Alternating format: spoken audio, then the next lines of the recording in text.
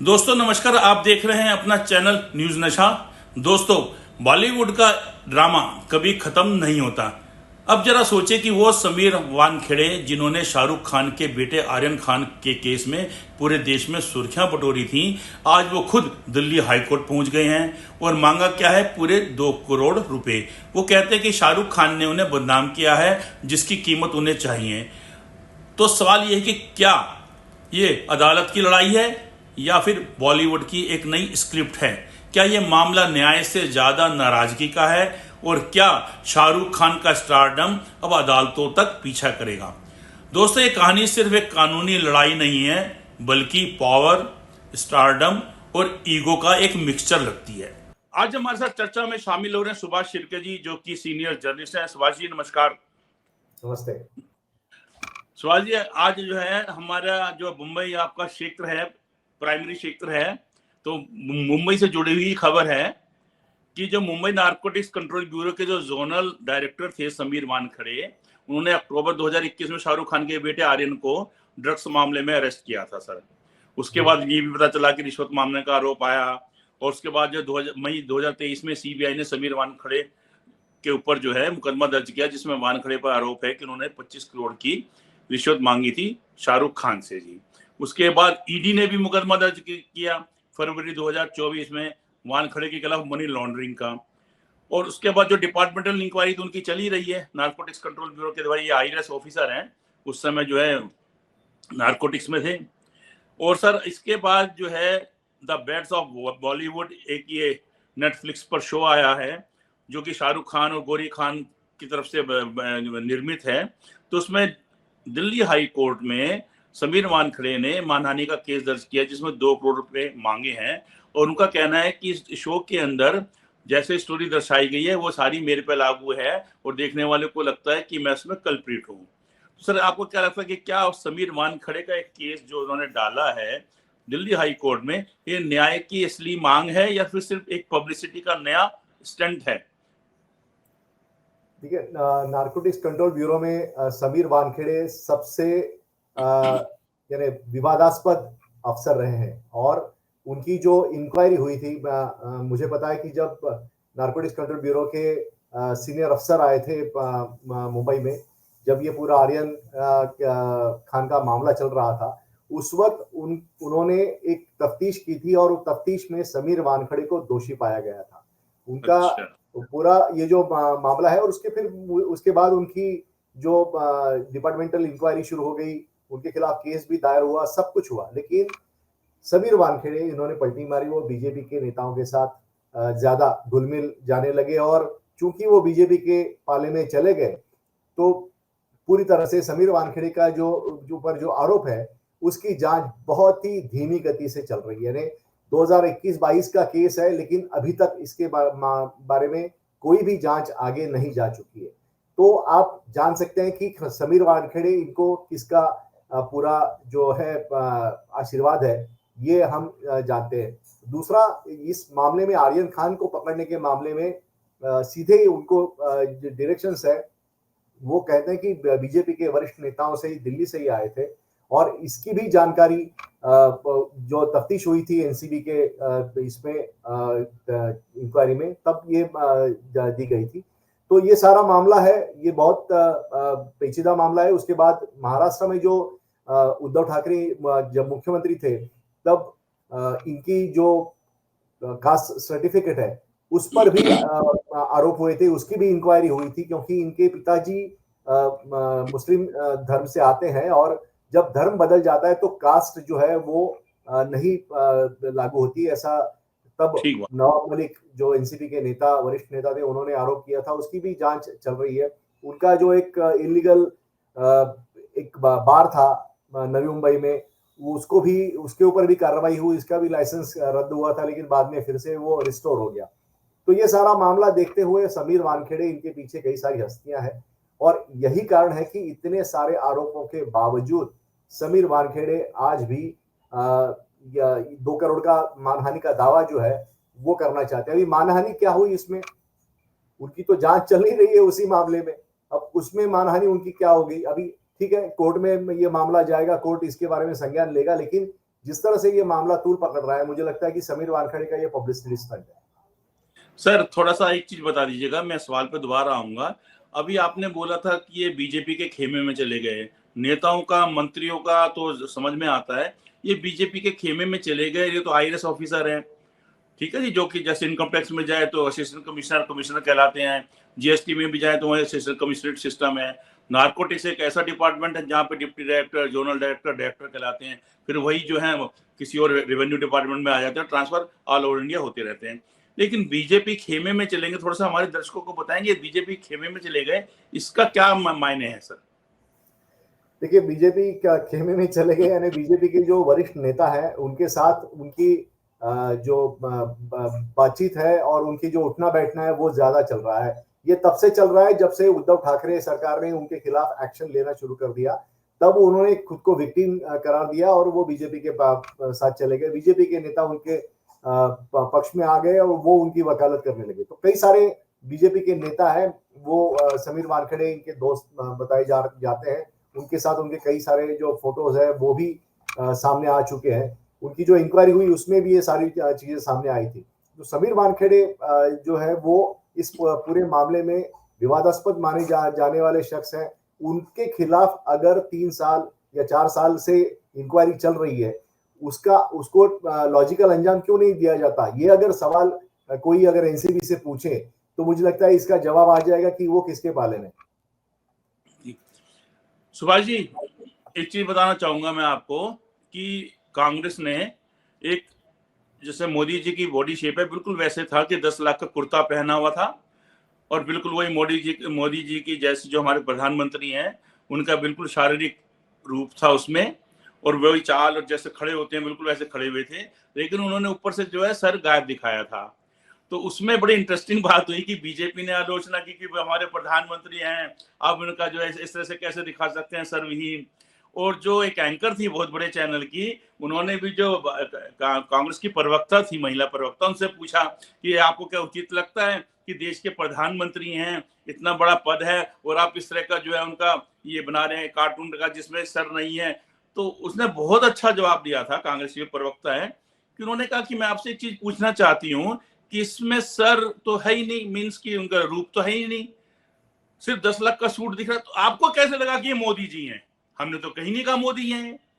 तो कहने का मतलब ये कि उन्होंने खुद मान लिया, उस एंकर ने भी, कि मोदी का है चोर की दाढ़ी में तिनका, और भाजपा तो कह ही रही थी कि हमारे प्रधानमंत्री हैं और उनके हमारे नेता हैं, और उनका इन्होंने इस प्रकार का कार्टून जारी कर दिया जिसमें सर नहीं दिखाया गया है। जब किसी का सर ही नहीं दिखाया गया तो आप किसको कैसे कह सकते हैं?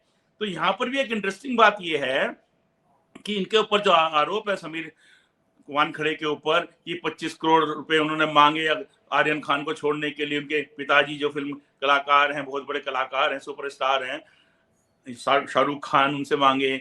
सीबीआई ने मुकदमा दर्ज किया, बकायदा ईडी ने भी मुकदमा दर्ज किया, लेकिन उसके ऊपर अभी कहीं पर भी कोई बात तो साबित हुई नहीं है।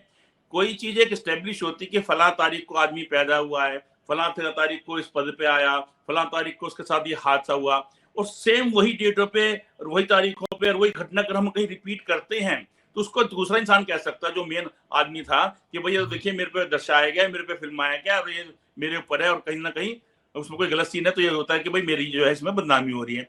लेकिन यहाँ पे सबसे बड़ा सवाल ये है कि जो इन्होंने नेटफ्लिक्स में ये बनाया है, इसके अंदर जो भी उसमें ये शो बनाया गया है इसके अंदर, उसके अंदर जो the beds of the Bollywood के नाम से जो है, उसमें कहीं पर भी समीर वानखेड़े नाम तो है नहीं। एक घटनाक्रम दिखाए हैं, तो समीर वानखेड़े अगर उसको कहते हैं कि इससे मेरी बदनामी हो रही है, इसका मतलब तो ये कि भाई आप ही कर रहे थे फिर ये। जब आप पे साबित नहीं हुआ, कोर्ट ने आपको कहीं दोषी नहीं ठहराया, डिपार्टमेंट ने आपको दोषी नहीं ठहराया, तब तक तो आप बस बात को ये नहीं कर सकते ना कि मैंने किया है। तो यहीं पे बड़ी इंटरेस्टिंग बात हो जाती है कि सर, कि जब आर्यन खान के केस में वानखेड़े खुद सवालों के घेरे में थे, और तो अब शाहरुख खान से मुआवजा मांगना उनका कितना जायज है, जबकि अभी तक तो कहीं पर वो दोषी साबित नहीं हुई है। सिर्फ फिल्म को ये कहना कि फिल्म ये शो मेरे पर चित्रित किया गया है, देखने वाले सोचेंगे मैं हूं, तो देखने वाले तो सिर्फ पता नहीं क्या क्या सोचते हैं। अभी LLB 3 के नाम पे फिल्म आ रही थी, उसके अंदर कुछ वकील चले गए, तो सुप्रीम कोर्ट ने कहा नहीं, हमको इस पे स्टे नहीं करेंगे, हमारी खाल बहुत मोटी है, लोग एंजॉय करते हैं, करने दीजिए। महेश जी, मैं आपको एक जो मैं अभी बता रहा था कि आरएसएस के साथ, बीजेपी के नेताओं के साथ उन्होंने कई बार मंच साझा किया है। मैं आपको एक घटना बताता हूं कि 20 मार्च 2023 को वो खुद नागपुर में आरएसएस के हेडक्वार्टर गए थे और वहां पे उन्होंने बताया जाता है कि आरएसएस के चीफ मोहन भागवत जी से मुलाकात की थी। उनकी पत्नी जो मराठी एक्ट्रेस है वो भी उस वक्त साथ में थी। इसके बाद उन्होंने जून 2024 में एकनाथ शिंदे का जो गुट है शिवसेना का, उसमें उन्होंने बाकायदा प्रवेश लिया था। और आप जानते हैं कि एकनाथ शिंदे जो है वो बीजेपी के साथ हैं। जब बीजेपी को कोई ज्यादा दागी नेता लगता है तो वो एक तो एनसीपी में भेज देते हैं अजित पवार के पास, या फिर एकनाथ शिंदे के पास भेज देते हैं और वो फिर उनके पाले में आ जाते हैं। तो ये जो बीजेपी की टैक्टिक्स है वो महाराष्ट्र में इस तरह से चल रही है। और उसमें ये जो उदाहरण है मैंने दिया वो समीर वानखेड़े का, कि वो इस तरह से वो बीजेपी के पाले में चले गए। तो ये सारा मामला देखते हुए कौन अफसर जो जांच कर रहा है वो समीर वानखेड़े को दोषी मानेगा। तो ये सारी जो चीजें हैं उसमें जरूर है कि समीर वानखेड़े एक तो वो उनका नाम कोई किसी ने लिया नहीं है, लेकिन चोर की दाढ़ी में तिनका होता है, वैसे ही समीर वानखेड़े इस तरह से बर्ताव कर रहे हैं कि ये सारी चीजें उनके बारे में ही बताई जा रही है। ये क्यों कर रहे हैं? एक खुद को विक्टिम दर्शाने की वो बार बार कोशिश कर रहे हैं और वो 2021 से वो कर रहे हैं। और इसलिए वो शाहरुख खान के खिलाफ खुद को वहां पे खड़ा करना चाहते हैं, जिससे सुर्खियां वो ज्यादा बटोर सके। इसके पहले जब भी वो मुंबई एयरपोर्ट पे थे तब बड़े बड़े जो सिने हस्तियां आती थी, एक्टर एक्ट्रेसेस आते थे, उनको वो पकड़ते थे। अब इनका क्या होता था कि जो एक्टर एक्ट्रेसेस जंकेट पे जाते हैं, यानी उनको विदेश में वो जाते हैं तो उनको स्पॉन्सर्स होते हैं, वो स्पॉन्सर्स उनके लिए सामान खरीद के देते हैं। उसमें घड़ियां होंगी महंगी महंगी, बाकी आभूषण होंगे, बाकी सारी चीजें होंगी, और उसका जो वैट है वो वैट वहां पे वो यानी एक तो आपको वैट भरना पड़ता है उसी देश में। मान लीजिए आप किसी देश में गए तो वैट रिफंड हो जाता है देश में, और उसका रिफंड आप एयरपोर्ट पे ले सकते हैं।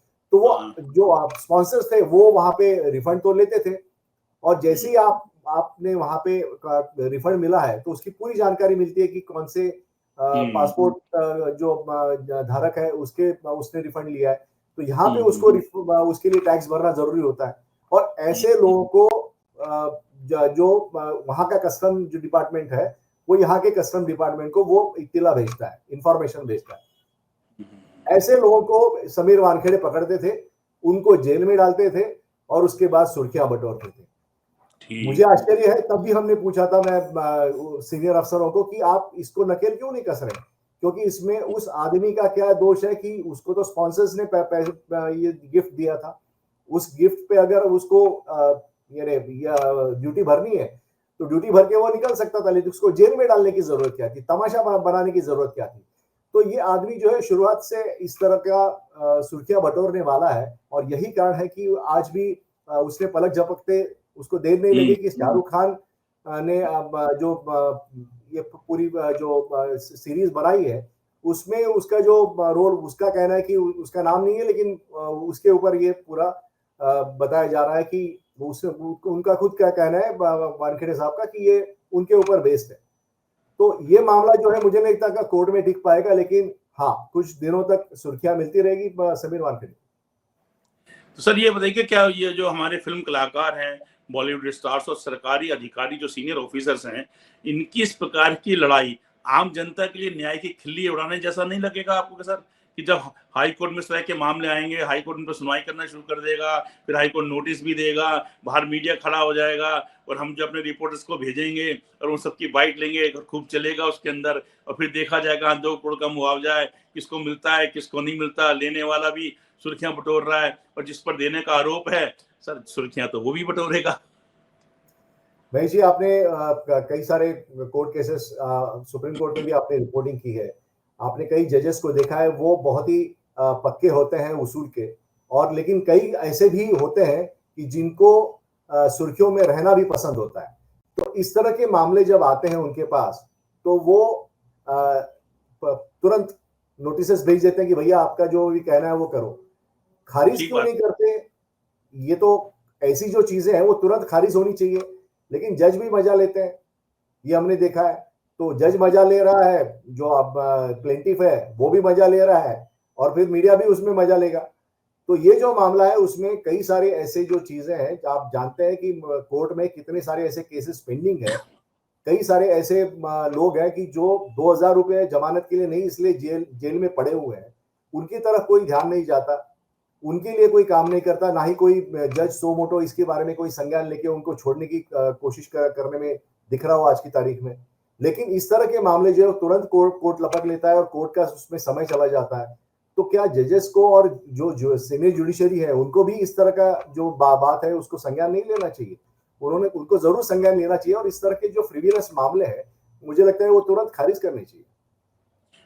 सर, ये जो अभी आपने बात बोली पब्लिसिटी वाली, क्योंकि हमने तो लोअर कोर्ट से शुरू हुए हैं रिपोर्टिंग, लोअर कोर्ट में किया, फिर हाई कोर्ट में किया, फिर सुप्रीम कोर्ट में किया। सुप्रीम कोर्ट में तो खैर जजिस से इंटरेक्शन 1-to-1 नहीं होता है, लेकिन हाई कोर्ट में 50% होता था, और सर 90% तो लोअर कोर्ट में होता ही था। कि लोअर कोर्ट में तो हम शाम के टाइम स्पेशली खुद जाते थे चैम्बर में, जब जज साहब फ्री हो जाते थे। चाहे वो सिविल जज में तो खैर केसेस ऐसा नहीं आते, जो मेट्रोपॉलिटन मजिस्ट्रेट हैं जो 7 साल तक के केसेस देखते थे, और जो एडिशनल सेशन जज हैं जो मृत्यु दंड तक के देखते थे। तो उसमें सर कई जज ऐसे थे कि जिनका जो न्यायिक कोर्ट होता है उसको खुद फोन हो जाता, महेश जी कहाँ हैं आप, क्योंकि सर एक केस आ जाना ले जाना, उनको पता है जज साहब का नाम छपेगा। और सर मैं केस बताता हूँ, एक तंदूर केस हुआ था, तंदूर कांड दिल्ली में, बहुत फेमस केस था। तो उन दिनों इलेक्ट्रॉनिक मीडिया नहीं था, लेकिन वो केस इतना फेमस था कि विदेशी मीडिया भी आया हुआ था। और जज साहब को ये कहना पड़ा कि ऐसे डीसीपी था उन दिनों दिल्ली में, डीसीपी होते थे, शुरू हो चुका था कमिश्नरेट, कि 30,000 कोर्ट के बाहर जो पुलिस की व्यवस्था करें, कोई दिक्कत ना हो। और उसमें जो है थोड़ा सा मैं सक्रिय रहता था रिपोर्टिंग के अंदर, तो मैं सबसे आगे रहता था, और थोड़ी पकड़ भी हमारी ज्यादा थी, कुछ वजह थी, तो रिपोर्टर्स भी मेरे से मदद करते थे, प्लस रिपोर्टर मेरी इज्जत भी बहुत करते थे सब। तो मैं सबसे आगे खड़ा था। तो जब उन्होंने जिस दिन जजमेंट सुनाना था, तो उन्होंने कहा बहुत भर गया है, तो भाई 20-20 लोगों को इधर कर लो, 20 लोगों को उधर कर लो, 20 लोगों को पहले कर लो, 20 को बाद में। मैं कहा सर ऐसा संभव नहीं है, तो खबर तो तुरंत जाती है। और मैंने कहा सर बाहर तो आज विदेशी मीडिया है। अच्छा, तो देखिए विदेशी मीडिया कौन कौन से है, तो हमने 2-4 बार उनको विदेशी नाम सुनाए। तो उस दिन हमने देखा कि सर देखिए जज साहब भी जो है कितने उत्सुक हैं ये जानने के लिए कि विदेशों में कौन कौन सा मीडिया आया हुआ है। तो ये आपकी वाली बात है कि जहाँ फिल्म स्टार को तो खैर सुर्खियों में रहना ही होता है, कुछ अधिकारियों को भी भूख रहती कि हम सुर्खियों में रहें, मीडिया की, जनता की, और कुछ है जजिस को भी रहता है कि पता चला, जहां जजिस को पता है मामले में कुछ नहीं हो, जानबूझ के नोटिस करते हैं। नोटिस होगा, दूसरी पार्टी भी आएगी, हमारे यहाँ पंचायत लगेगी, जर्नलिस्ट आएंगे यहाँ पे, फिर बाहर बाइट चलेगी, उसके अंदर जज साहब का नाम भी चलेगा। तो सर ओवरऑल तो खैर चलिए अब वापस इसी मुद्दे पे आते हैं फिर। अब तो सर अब हमारा इश्यू है कि क्या जो इसके अंदर 25 करोड़ की मांग करने का जिन पर आरोप है, और वो IRS अधिकारी जिसको हम राजयोग बोलते हैं सर, कि 2 करोड़ की मांग कर रहे हैं, क्या ये सम्मान की कीमत है या सर फिर सेलिब्रिटी टैक्स है? देखिए IRS और IPS या IAS, ये जो संविधान ने सीनियर ब्यूरोक्रेसी बनाई है, उनको एक कॉन्स्टिट्यूशनल संरक्षण दिया गया है। कॉन्स्टिट्यूशनल उनको यानी एक प्रोसीजर बनाया गया है कि उनको आप आनंद फानन में उनका तबादला नहीं कर सकते, आनंद फानन में उनको कोई कार्रवाई नहीं कर सकते। एक उनको कॉन्स्टिट्यूशनल सपोर्ट दिया गया है कि वो अपना काम जो है वो अच्छे तरीके से और आम आदमी के लिए वो करें, और वो कानूनों का पूरी तरह से पालन करें। लेकिन आज की सिचुएशन में मैं देख रहा हूं कि कोई भी अफसर कागज पे अपना जो रिमार्क है वो लिखने से डरता है। आज कई सारे अफसर हैं जिनको ड्राफ्टिंग भी नहीं आती, जूनियर से ड्राफ्ट करके लेते हैं और वो उस पे सिर्फ साइन कर लेते हैं, सिर्फ अपनी मक्खी बैठाते हैं वो। हाँ, तो ये जो चीजें हैं, ये फिर इनको जरूरत क्या है कॉन्स्टिट्यूशनल सपोर्ट की, या कॉन्स्टिट्यूशनल उनको संरक्षण देने की जरूरत क्या है? ऐसे लोगों को फिर जरूरत नहीं वो ग्राउंड से लेकर ऊपर आ जाए, जिस तरह से यूके में है कि कांस्टेबल से लेकर कमिश्नर बन जाता है आदमी। अगर उसमें दम है, उसमें उसकी काबिलियत है, उसकी योग्यता है, तो वो उस अहदे तक पहुंच जाता है। यहाँ पे आप एक एग्जाम देते हो, आप पूरी तरह से ऐसी जगह पे बैठ जाते हो कि आप खुद को भगवान समझने लगते हो। और यही कारण है कि ये जो अफसर है जिनके ऊपर पूरी जिम्मेदारी है कॉन्स्टिट्यूशन की रक्षा करने की, वही कॉन्स्टिट्यूशन को नुकसान पहुंचा रहे हैं। और ये हमने अच्छे भी अफसर देखे। और ये जैसे एस तिनैकर जो थे महाराष्ट्र में, वो एडिशनल चीफ सेक्रेटरी के पद पे रिटायर्ड हो गए। जब मैं उनको मिलने गया, वो सिर्फ एक मारुति 800 में वो आए थे। मारुति 800 एडिशनल चीफ सेक्रेटरी दर्जे का अफसर जो है, वो मारुति 800 में जा रहा था। आज आप कल्पना करेंगे मारुति 800 में कोई अफसर आके आपको मिलने आता है? ठीक कह रहे हैं आप। तो सर एक हमारे जो है भारतीय रिजर्व बैंक के भी गवर्नर थे, वो भी सर मारुति में आते थे। देखिए, फिर नॉर्थ ब्लॉक भी आए तो मारुति में आते थे, सरदार मनमोहन सिंह जी। और उनका साथ बड़ी इसी वजह से बड़ा सम्मान के साथ नाम लिया जाता है जी, कि कितनी सादगी। सर जो जिसको राजयोग है ना सर, उसको वस्त्र दिखाने की जरूरत नहीं होती है, गाड़ियां दिखाने की जरूरत नहीं होती है सर। उनका नाम चलता है, शक्ल चलती है, काम चलता है सर, सम्मान बोला जाता है सर। लेकिन आजकल कोई के फकीर भी कहते हैं कोई हमारा क्या बिगाड़ लेगा, 10 लाख का सूट पहनते हैं, 2.5 लाख का मोबाइल का पहनते हैं, फिर कहते हैं हम तो फकीर आदमी हैं, कोई हमारा क्या बिगाड़ लेगा। सर इससे क्या संदेश जाएगा समाज के अंदर? कुछ नहीं। कहते हमने 40 साल तक भिक्षा मांगी, उनको भिक्षा का मायने नहीं। भिक्षा जो है सर, जिन्होंने अध्ययन किया हुआ होता है, आध्यात्मिक जीवन जी रहे होते हैं, भिक्षु का जीवन जी रहे होते हैं, वो घर जाके मांगते हैं, सम्मान के साथ मांगा जाता है, देने वाले भी सम्मान के साथ देते हैं। और उसी के पैरेलल होती है भीख। वो भीख होती है कि हट्टा कट्टा आदमी जो है काम धंधा कर सकता है और जाके भीख मांगता है। तो हमारे तो प्रधानमंत्री अपने मुंह से कहते कि मैं 40 साल तक घर घर जाके भीख मांगी थी। हट्टे कट्टे इंसान और भीख मांगते हैं, उसमें अपना गर्व महसूस करते हैं। तो क्या संदेश जाता है लोगों को? और इसी में अभी आप देख लीजिएगा कि एक आदमी है जो अगर आप पे इतने बड़ा आरोप अगर उस पर लगा भी है, तो आप उसको जो है सीबीआई से लड़िए, ईडी से लड़िए, मीडिया में आने का, सब मीडिया में आने का से ये तो उनको भी पता है कि जब आपका कहीं नाम नहीं लिया जा रहा, आपके ऊपर कहीं आरोप साबित नहीं हो रहे हैं, तो आप किस तरह से कह देंगे कि जो इसमें चित्रण किया गया है शो के अंदर, वो मेरे पे किया गया है। तो चलिए खैर सर, आगे बढ़ते हैं। हम आपसे एक बात और पूछना चाहेंगे सर, कि क्या ये जो लड़ाई चल रही है शाहरुख खान के बीच में, शाहरुख खान के क्या बोले सर, लड़ाई तो इधर से ही चल रही है, एक तरफा लड़ाई है समीर वानखेड़े की तरफ से। तो कह रहे सर ये लड़ाई जो है कोर्ट के बाहर इमेजवार है, या सर दोनों अपनी अपनी साख बचाने में लगे हुए सर? देखिए, शाहरुख खान इन्होंने बहुत ही इस पूरे आर्यन खान के मामले में बहुत ही यानी स्पष्ट भूमिका ली थी कि वो मीडिया से बात नहीं करेंगे, जो भी कुछ है वो कानूनी लड़ाई करेंगे। और उन्होंने बिल्कुल किसी से बात नहीं की थी। आपने देखा होगा कि कोई भी स्टेटमेंट उनकी तरफ से या उनके खेमे की तरफ से, उनके दोस्तों की तरफ से कोई स्टेटमेंट या नहीं आया था। उनका कहना यह था कि जो भी हुआ कानून की नजर में जो भी अच्छा होगा वो हम करेंगे और हमें वहां पे न्याय मिलेगा। तो ये जो मामला है, शाहरुख खान ने बहुत ही सादगी से ये पूरा जो मामला है वो निपटा दिया। आप देख चुके होंगे कि आर्यन खान को जमानत मिल गई, लेकिन वो जमानत मुंबई हाई कोर्ट के बिल्डिंग से, जो आर्थर रोड जेल है मुंबई का, जहां पे आर्यन खान को बंदी बनाया गया था, वहां पे रखा गया था, वो महज 12 से 15 किलोमीटर दूरी थी। लेकिन वहां पे एक दिन लग गया वो ऑर्डर जो है वो वहां पे डिलीवर करने के लिए। और शाम को अगर 6-6:30 बजे जब सूर्यास्त होता है, उसके बाद कोई भी कोर्ट का ऑर्डर आया तो कैदी को नहीं छोड़ना, ऐसा नियम है कानून में। तो आप भी जानते हैं, तो इसलिए उनको एक रात और रुकना पड़ा। तो इससे भी आक्रोश हुआ था कि एक आदमी को जो बिल्कुल यानी उनको कोर्ट ने छोड़ा हुआ है, फिर भी उनको और 12 घंटा जेल में आप डाल रहे हो। लेकिन शाहरुख खान की तरफ से कोई भी स्टेटमेंट इसके बारे में नहीं आया।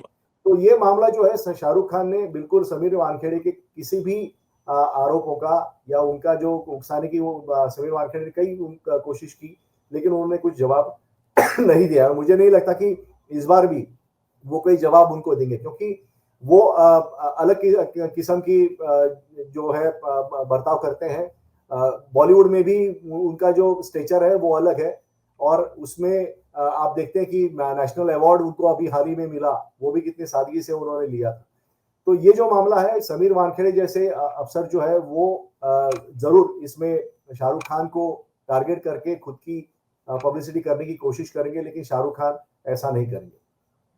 सर एक इशू ये कि क्या जनता को ये पूरा का पूरा प्रकरण, ये मैं आपकी ही बात में बोल रहा हूँ, जैसे आपने पहले भी बात की थी कि मीडिया में आना, सुर्खियों में आना, बहुत लोगों को अच्छा लगता है। अच्छा, फिल्म स्टार को तो खैर रहना ही है, अधिकारियों को भी, और हमने देखा जजेस को भी। बात बिल्कुल ठीक है। कई जजेस नोटिस इसलिए करते हैं कि कुछ महीने कुछ साल केस चलेगा और जो है उनका नाम भी साथ साथ चलता रहेगा।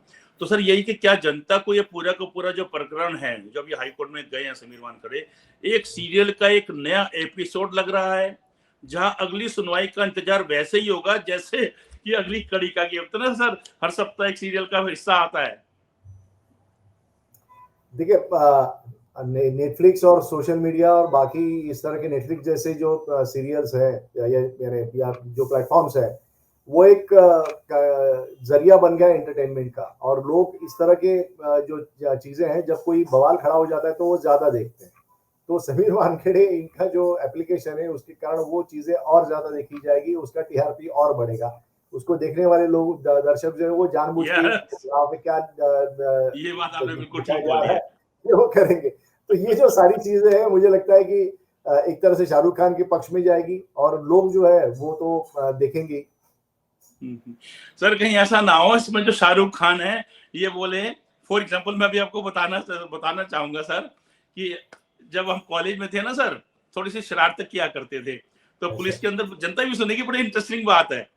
तो शरारत किया करते थे सर, तो मेरे पास लाइसेंस ही थी, तो प्रोविडेंट बोर्ड जो संजय दत्त के पास है ना, 9mm वो मिलती नहीं है, 9mm 38 बोर्ड जो है पुलिस का होता है। पर सर मेरा जुगाड़बाजी थे, हम नेतागिरी करते थे, तो मैंने प्रोविडेंट बोर्ड ले लिया था 9mm का। तो कुछ पुलिस वालों से भी अच्छी दोस्ती थी, एसएचओ से भी।